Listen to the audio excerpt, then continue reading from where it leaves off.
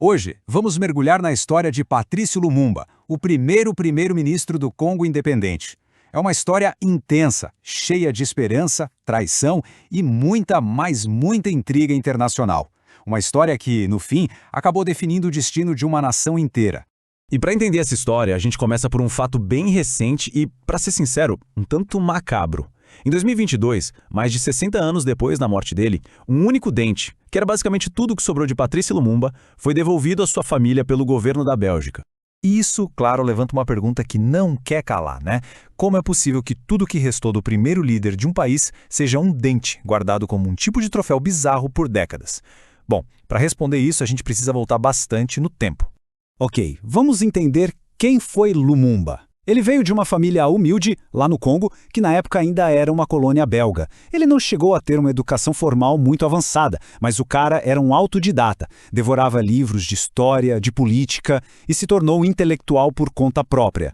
Agora, o que realmente impressiona aqui é a velocidade com que tudo aconteceu para ele. Em coisa de 3 anos, ele foi de líder de um sindicato local a fundador do primeiro partido político de alcance nacional do Congo. E mais, ele se tornou uma voz importante em toda a África. Essa viagem para Gana, em 58, foi um verdadeiro ponto de virada, onde ele se conectou com outros grandes líderes nacionalistas.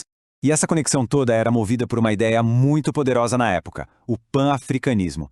Para o Lumumba, a questão não era só libertar o Congo. A ideia era unir o povo congolês, passando por cima das divisões de tribos que os próprios colonizadores criaram e ajudar a construir uma África livre, unida e forte. Com essa visão na cabeça, Lumumba começou a liderar protestos, manifestações, exigindo independência imediata. Claro, isso fez com que ele fosse preso, mas ao mesmo tempo o transformou numa figura essencial que não podia ser ignorada.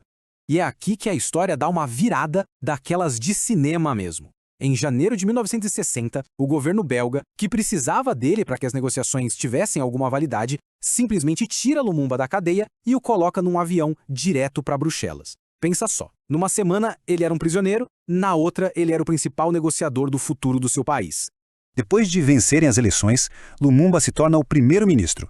Só que aqui tem um detalhe crucial: o poder nasceu dividido. Lumumba queria um Congo unificado, forte, com governo central. Já o presidente, Kasavubu, representava outros interesses, mais ligados a regiões específicas, mais conservadores. Essa tensão já começou ali, no primeiro dia, e se mostraria fatal. A independência, que custou tanto a chegar, virou um caos quase que da noite para o dia. E esse caos todo foi piorado e muito por forças de fora. O Congo, de repente, se tornou um campo de batalha da Guerra Fria entre os Estados Unidos e a União Soviética. Foi uma crise atrás da outra. Logo de cara, o exército se revoltou. E como se não bastasse, a província mais rica do país, Katanga, cheia de minérios, declarou independência. Isso não foi algo que surgiu do nada, não. A Bélgica apoiou ativamente essa separação com dinheiro e armas, porque queria manter o controle sobre aquelas riquezas todas.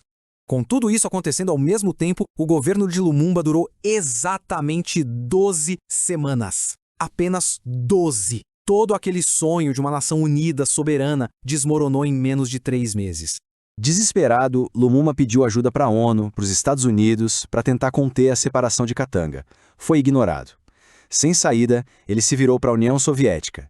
E essa decisão, em plena Guerra Fria, foi a sentença dele. Para o Ocidente, aquilo era a prova de que ele era comunista. Em setembro de 1960, um golpe militar liderado pelo coronel Mobutu e com apoio ocidental tirou Lumumba do poder. A partir daquele momento, o destino de Lumumba estava selado. O que aconteceu em seguida foi uma queda rápida e brutal para um fim trágico, um fim cujas consequências são sentidas até hoje. Depois do golpe, Lumumba ficou em prisão domiciliar. Ele ainda tentou escapar para se juntar aos seus apoiadores, mas foi recapturado. E em 17 de janeiro de 1961, ele foi entregue de bandeja aos seus piores inimigos, lá no estado separatista de Katanga. Lá ele foi torturado de forma brutal e depois assassinado. E é aqui que a gente volta ao dente do começo da história. Anos depois, um dos policiais belgas que participou de tudo isso confessou os detalhes, que são horríveis. Para apagar qualquer vestígio de Lumumba, para impedir que o seu túmulo virasse um lugar de homenagem, o corpo dele foi esquartejado e dissolvido em ácido. O policial guardou alguns dentes como um souvenir.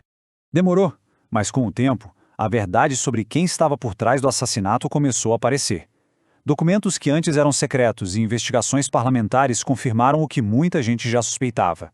A Bélgica, os Estados Unidos, por meio da CIA, e até o Reino Unido tiveram um papel direto na queda e na eliminação de Lumumba. Então, no fim das contas, a história de Patrício Lumumba e do seu dente solitário deixa a gente com uma reflexão bem forte.